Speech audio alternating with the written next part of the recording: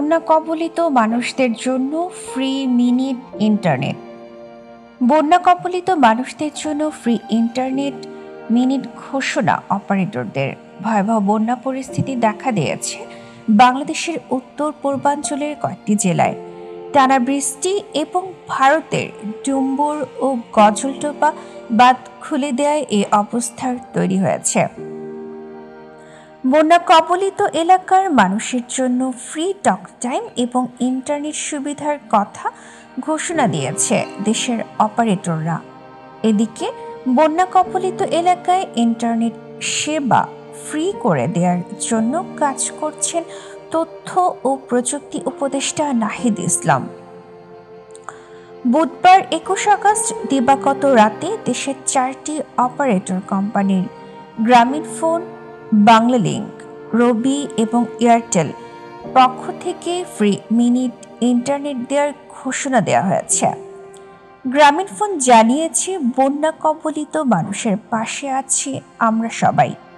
ফেনী, কুমিল্লা, নোয়াখালী, মৌলভীবাজার, খাগড়াছড়ি, হবিগঞ্জ ও ব্রাহ্মণবাড়িয়ার বন্যা কবলিত এলাকায় সবার যোগাযোগ রক্ষায় 10 মিনিট ও 500 MB ফ্রি দেওয়ার হয়েছে।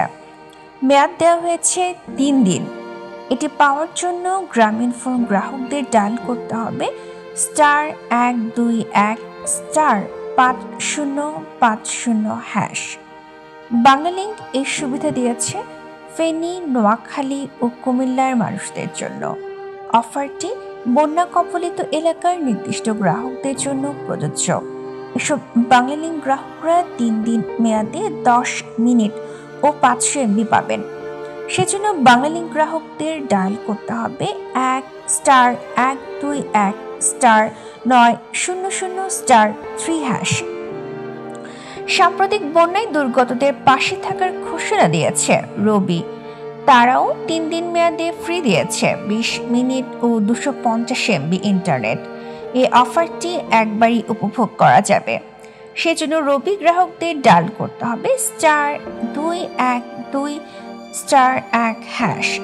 বন্যায় কবলিত বন্ধুদের পাশে আছি সবসময়, এমন ঘোষণা দিয়েছে রবি। অজিয়াটা লিমিটেডের ব্র্যান্ড এয়ারটেল, তারাও 3 দিন মেয়াদে বিনামূল্যে 20 মিনিট ও 250 MB ইন্টারনেট সুবিধা দেওয়ার ঘোষণা দিয়েছে।